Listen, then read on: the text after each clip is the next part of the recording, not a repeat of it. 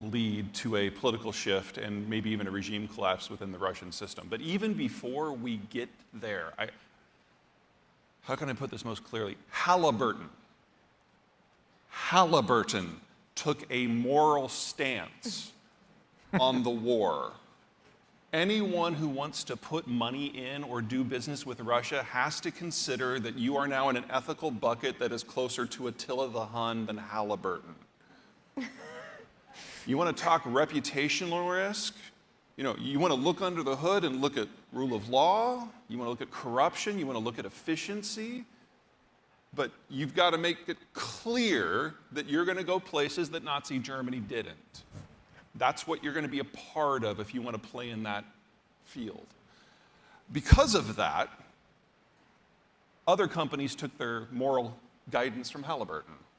And we've seen a collapse in the capacity of Western techs and capital to get into the Russian space to maintain infrastructure. Their fertilizer industry, just to pick one, was built in the 1960s. It does not work without that foreign stuff. Most of the wells that were drilled in eastern Siberia, upwards of 95% of them, were not done by the Russians. So we are seeing a not so slow motion collapse of the entire Russian industrial space. And the only thing that will fix it is if folks like you throw their own personal money into projects that Halliburton wouldn't. I don't think that's very likely. But think about what that means.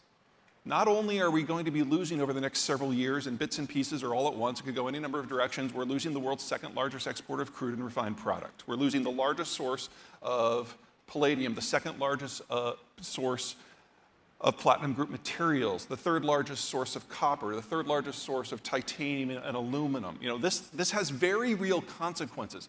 Part of the economic story that you guys have all made mad money on is since 1990, when the world all unified in the late globalization era, is we brought in huge chunks of territory that had not been economically metabolized.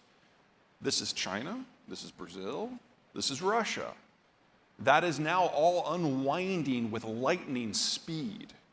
And anything that requires the base materials to function, we now have to get by without less. So if you want to support an industrial and economic trend, you have to now do it with less copper and nickel and the rest. And that means, among other things, that the green transition can't happen. We just don't have the stuff. We have never, in the history of humanity, doubled the industrial production of any material that we were already using within 10 years.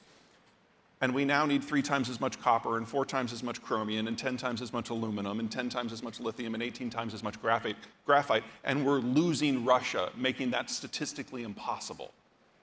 Something will give here.